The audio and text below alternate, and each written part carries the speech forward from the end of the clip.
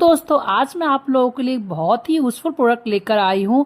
अगर आप लोगों को घर की कॉफ़ी पसंद नहीं आती है और आप लोगों को मार्केट की कॉफ़ी ज़्यादा पसंद आती है, बहुत ही झाग वाली कॉफ़ी, तो उसके लिए मैं आप लोगों के लिए आज एक इलेक्ट्रिक मशीन लेकर आई हूँ जिससे हम 2 मिनट में कॉफ़ी घर पर बनाकर तैयार कर लेंगे, वो भी बहुत ही झाग वाली। आज मैं आप लोगों के लिए इलेक्ट्रिक कॉफ़ी मेकर मशीन लेकर आई हूँ।